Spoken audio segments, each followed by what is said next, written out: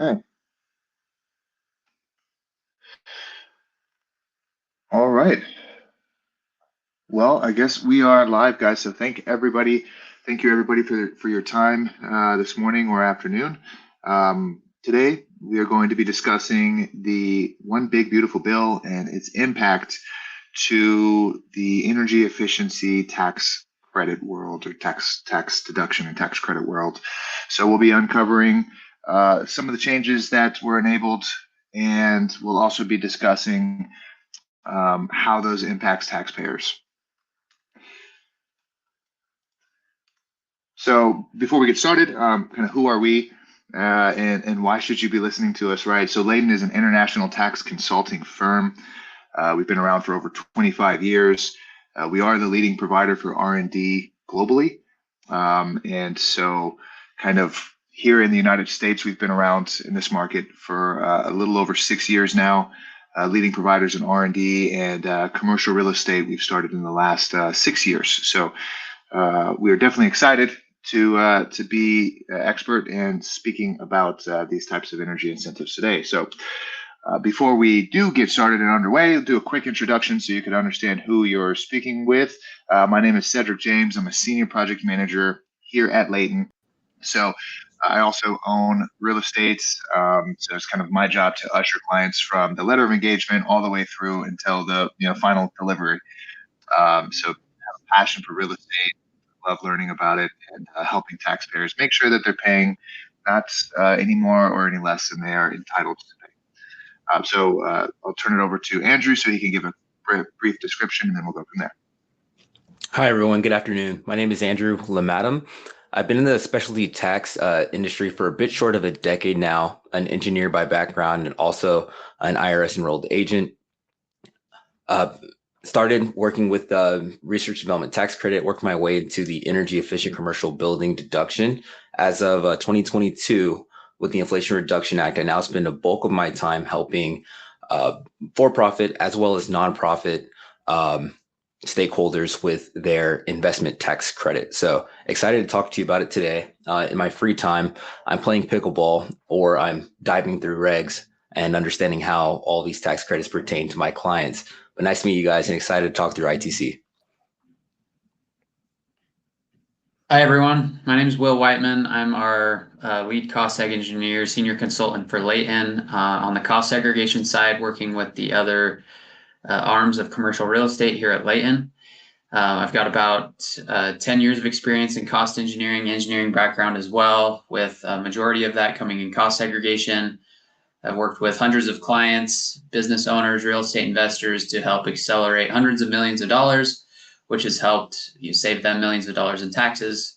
Happy to be here to shed some light on cost segregation and the changes that have come with the One Big Beautiful Bill.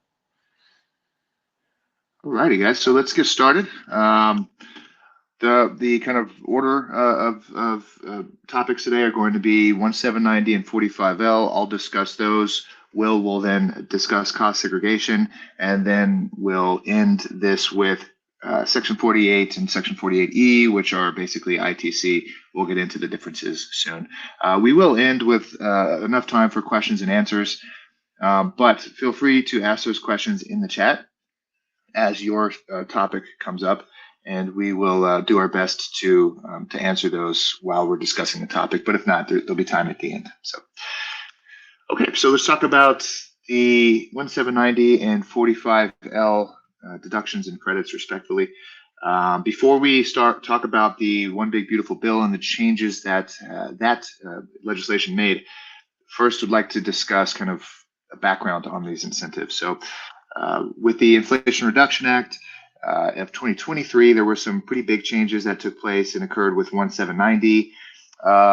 The types of clients that can benefit from 1790 are commercial building owners and then designers of government-owned buildings. But like I said, with the Inflation Reduction Act, it also now includes all tax-exempt entities. So tribal lands, 501c3s, churches, things like that. They can now allocate the deduction to their designers, which is a pretty big, pretty large group of commercial real estate falls into that category. So The value associated with 179D is anywhere from 60 cents per square foot all the way up to $5 per square foot, adjusted for inflation. So you can see since the Inflation Reduction Act of 2023, those inflation adjustments kind of have incrementally increased the availability of the amount of the deduction. Now, there is a caveat for prevailing wage and apprenticeship. We won't get into the weeds of prevailing wage and apprenticeship during this conversation today to keep it bound to the One Big Beautiful Bill, but we have a webinar that we've ran in the past, and it is available on our YouTube channel if you do want more information on prevailing wage and apprenticeship. So again, some of the changes were that now REITs can apply for 179D. Also, some of the changes that the Inflation Reduction Act brought up are just the overall value amount for 179D has increased, as long as prevailing wage or apprenticeship has been met, or construction started before January 31st, 2023. So we're going to shift gears here, talk about 45L, give you a good baseline understanding of what this incentive is before we discuss the changes. This is a tax credit. Okay, it's available to to residential and single family building owners or developers, contractors, etc., so long as they had basis in the project during construction. Okay, so the value associated with 45L, it is all the way up to $5,000 per unit type, so per occupied dwelling. This could be leased or sold. Okay, the energy efficiency standard is either Energy Star or Zero Energy Ready Homes. That is from 2023 moving onward. So the building has to be either Energy Star certified or Zero Energy Ready Home certified in order to reach the maximum deduction, or the maximum credit. Now there are prevailing wage labor packages built into this incentive as well, but not an apprenticeship program. So prevailing wage is really the only thing that is required to hit the maximum credit. So the credit amount did change all the way up to $5,000 with the Inflation Reduction Act. But what about for the One Big Beautiful Bill? What were the changes there? So I wanted to give you some background to 179D and 45L so you can understand that really the mechanics of this thing haven't changed at all. The amounts, the value amounts are still the same. The energy efficiency standards are still the same. The only changes were to when these programs expire. So 179D was a permanent part of the tax code. It was not set to expire. But with the One Big Beautiful Bill, it is now set to expire July 1st, 2026. So buildings must start construction before July 1st, 2026 in order to be eligible for the 179D deduction. Now, what does start of construction mean? It means either safe harbor must be met or the physical work test must be met. So as long as those are met, then the building is still eligible for 179D. Now with 45L, very similar, right? This program was extended from all the way through 2032, but it is now going to expire July 1st, 2026. So any units that are sold or leased before July 1st, 2026 that meet the energy efficiency criteria can still take the 45L tax credit, but those units must be sold or leased. Okay. Also, big focus for units sold or leased in 2022 because of the statute of limitations, right? So if you had any units or if any of your clients had units that were sold or leased in tax year 2022, we want to make sure that they're exploring those to see if there's any value left on the table with what's called the legacy 45L. So up to $2,000 per unit. But with that said, those are really the only changes that took place, right? Energy efficiency didn't change. The program itself didn't change, but when the programs expire, did. So I'd like to kick it over to Will now so he could discuss kind of a really big change for the commercial real estate industry, and that is the cost segregation and the One Big Beautiful Bill. Thank you, Cedric. So like Cedric mentioned, one of our other product offerings is cost segregation. A little more good news on this side. And I just kind of want to go through just a high level what cost segregation is in case anyone isn't familiar with it, and then how it's been affected by the One Big Beautiful Bill. So cost segregation is exactly what it sounds like.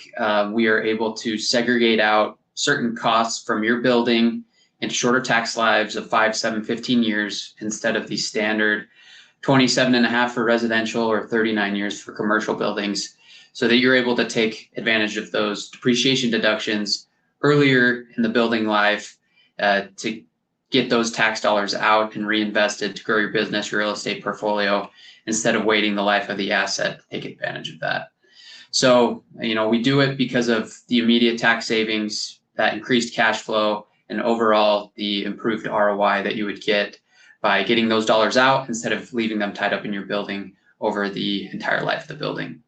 So how does this work? Well, it's all about depreciation and accelerating that depreciation. So typically with your building, you're able to take a fixed amount of depreciation over its life, whether it be 27.5 or 39 years. And once you've used it up over that entire life, then it's gone. But with cost segregation, what we're able to do is split out certain assets into 5, 7, 15 years and accelerate those to the front so that you're able to take advantage of it now instead of waiting until the end. So we do this through a detailed engineering-based process where we reverse engineer the building, assign costs to certain assets, and accelerate those. And the supercharger here is bonus depreciation. So even though we're able to pull things from 39 years to 5, 7, or 15, there's an even additional bonus of bonus depreciation, which is a fixed percentage that allows you to take a percentage of all the accelerated assets in the very first year. So this has varied over the last 20 years. It's been 0%, 40, 60, 80, 100%. And depending on what that percentage is the amount you can take as a first year bonus depreciation deduction. So kind of going through how this works in practice, or these different asset classes. Like I mentioned, your building, you will sit in the 27.5 or 39 year asset class of real property. Certain assets don't ever leave this asset class. So your walls, your windows, things like that will stay as a 39 year asset or 27.5. Looking at two of the main categories that we're able to segregate into. The first one is the land improvements. This is a 15-year asset class. Everything that you do to improve the land outside your building, parking lots, sidewalks, curbing, things like that will fall into the 15-year land improvement category. Then the last one is the personal property, 5 or 7 year asset class, non-structural components like furnitures, fixtures, certain types of flooring, and other pieces of equipment that you're able to accelerate into that shortest asset class.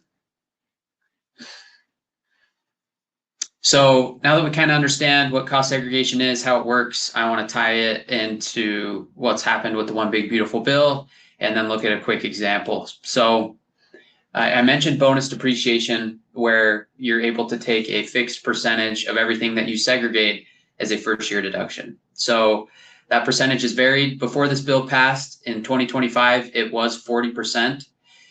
We did have 100% back in 2017 to 2022 from the Tax Cuts and Jobs Act from Trump's first term, but that was set to expire. So after 2022, it was set to phase down 20% until it went to zero. So in the current year, it was at 40%, going to zero in the next couple of years. But with the passing of this bill, it takes us back to 100%, and it was made permanent. So no phase out.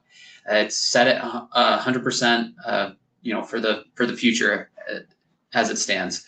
And this is made permanent for any property placed in service on or after January 20th, 2025. So this is this year moving forward, doesn't affect 2024, 2023 at those lower bonus rates.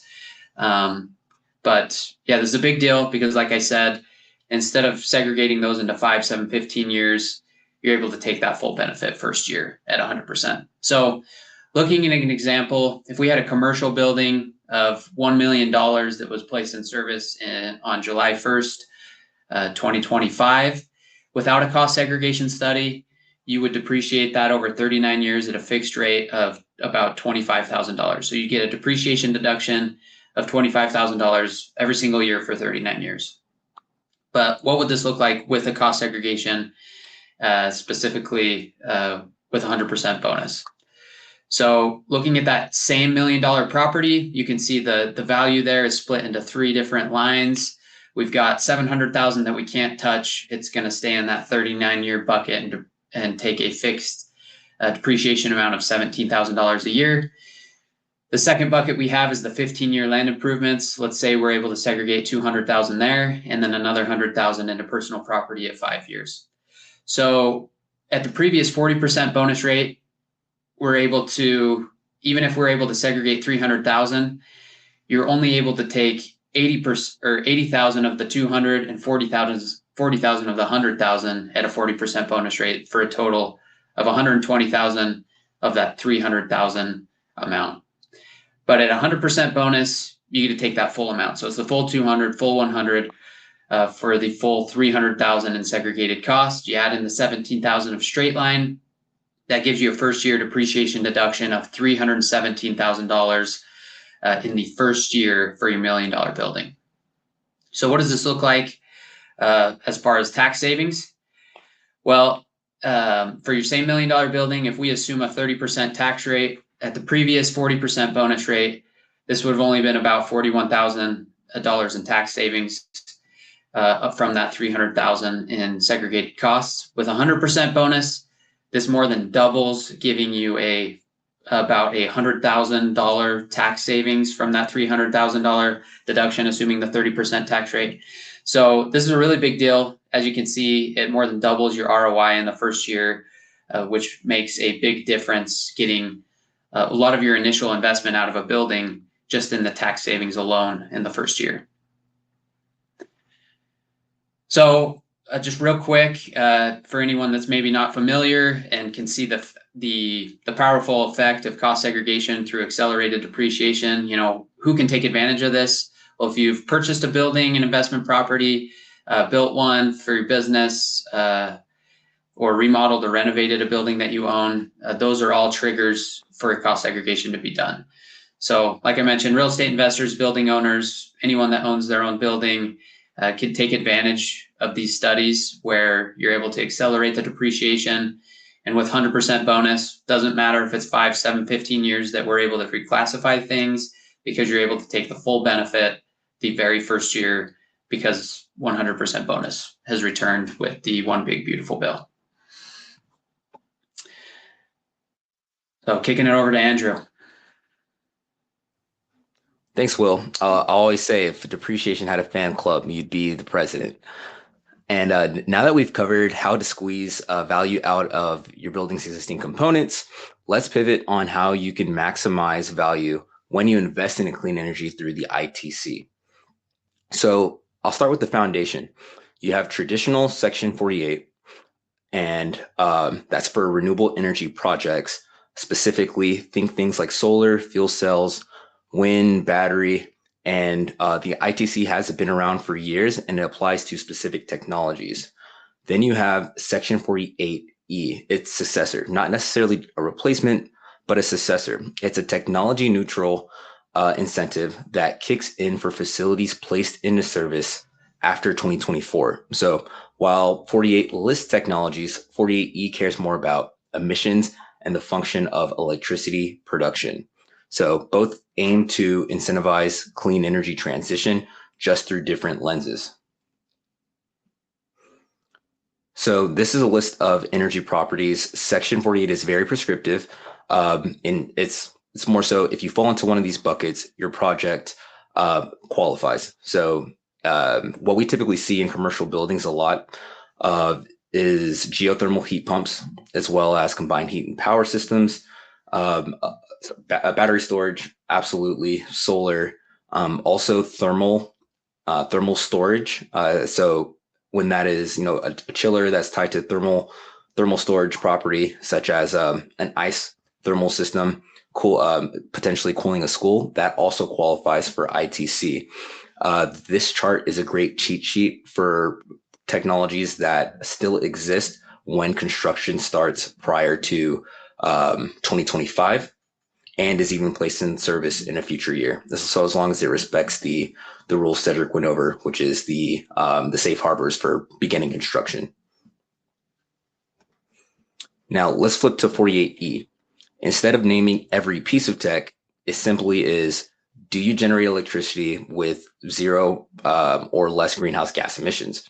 This opens the door for newer hybrid systems. We see things like nuclear fission and fusion coming into the fold. And this also covers geothermal utility. Or utility geothermal, which is geothermal for the purposes of electricity production. That is covered under 48E. Requirements here is it must be placed into service after 2024 and meet those performance thresholds of the emissions. So it's like a pass fail as opposed to a particular items list like the section 48. So how is it different? Here's the side by side, and essentially technology neutral is going to be for 48E. A couple of technologies also drop off. We have wind and solar transitioning to 48E from 48 if beginning construction after December 31st of 2024. Things that did not survive the list are going to be items such as microgrid controllers and electrochromic glass, simply due to the fact that there was a cliff date of beginning construction after January 1st, and it does not produce electricity. So it wouldn't be found in any relevant legislation for or get any support. And combustion and gasification facilities, if you could think of combined heat and power, for instance, you could have a combined heat and power system that still generates electricity. However, it would be subject to a greenhouse gas emissions test, and it would have to qualify through that. So definitely things to consider when planning for your renewable energy projects. Okay, so this is where things get interesting. Both 48 and 48E still begin with a 6% base credit that increases to 30%. If you meet prevailing wage and apprenticeship requirements, or if your project is under 1%, you qualify for that exemption and go straight to 30%. So for example, if you have a 250 kilowatt rooftop system, you're automatically eligible for the full 30% without needing any of the labor requirements. But if you're developing a solar farm, which typically exceeds one megawatt, you'll most likely need to comply with prevailing wage and apprenticeship to get access to that full base credit. From there, you can layer on other bonuses for such as domestic content, if your project is located in an energy community or a low income community, or if you're developing on tribal land, or for low income residential purposes, you can also realize 20% through the allocation program.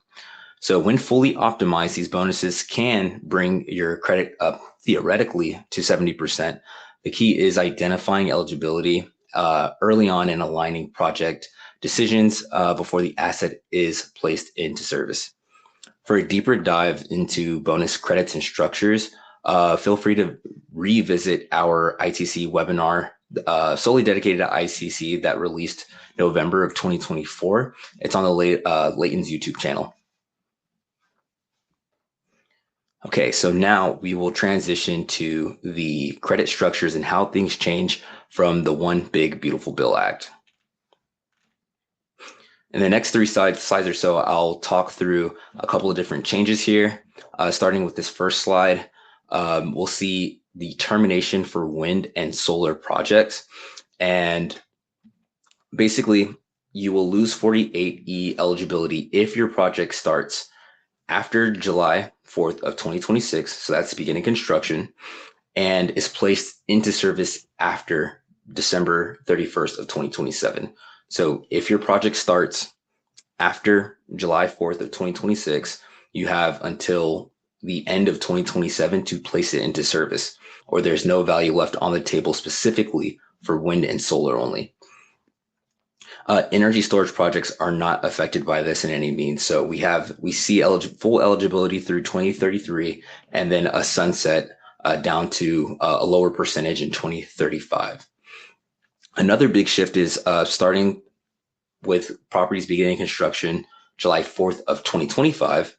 So a couple of weeks ago, the credit is no longer available if you lease solar electric systems, wind systems, as well as solar hot water systems to another entity. So this does affect our power purchase agreement market, as well as the leasing models when it comes to distributed energy.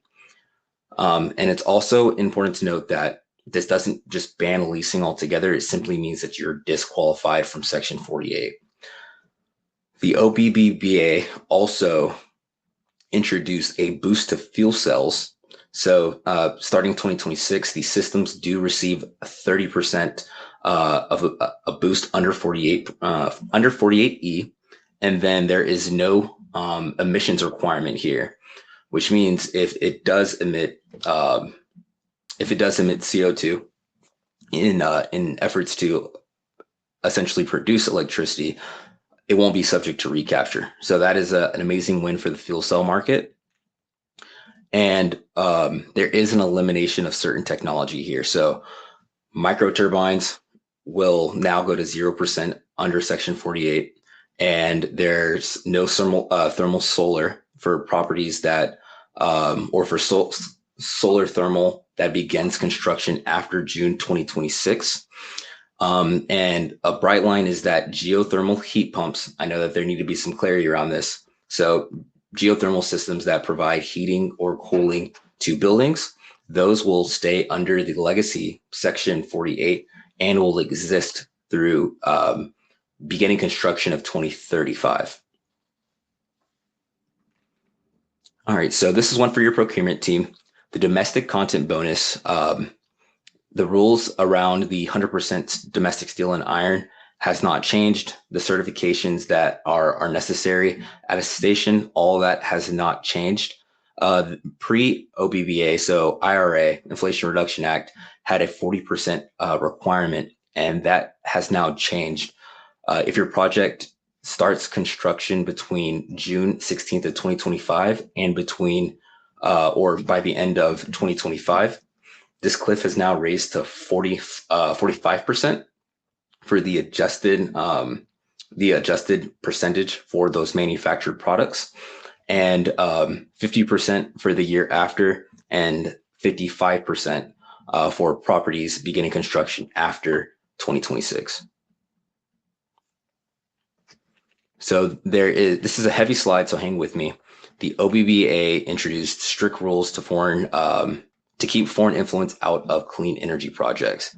So just to quickly breeze over it, if your project receives any material assistance from prohibited foreign entities, say key materials minerals or parts from certain countries, you lose eligibility under 48E if your construction starts after December 2025.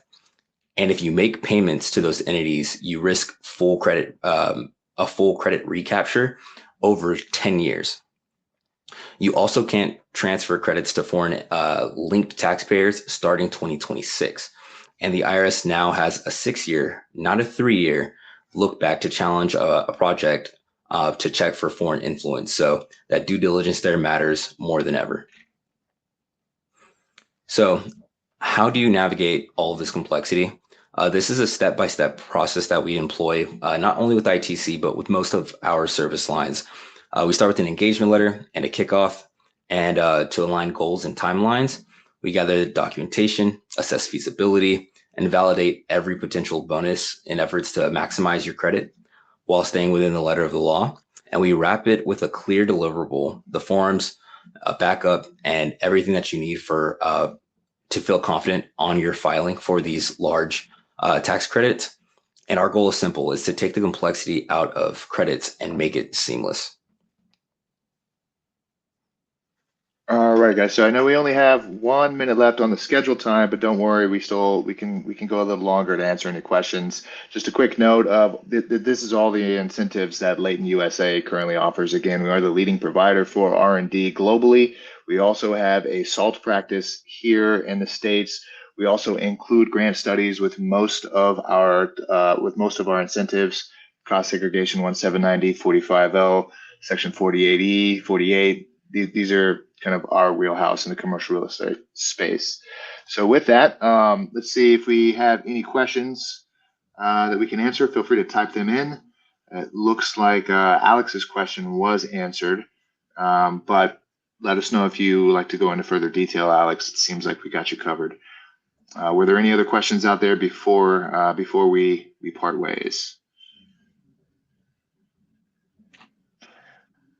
All right, so we finished it on the mark here at 12:30 Eastern, 11:30 Central. Thank you, everybody, for your time. Again, this is a very, very comprehensive bill that was enacted, so more clarifications are to come from the IRS. But for now, these are the changes in how they implement or how they impact 1790-45L. Cost segregation is a big win for the commercial real estate community. And then Section 48 and 48E, a lot going on there. So make sure that you are talking with an expert when you are thinking about how to implement these incentives. All right, thanks everybody for their time.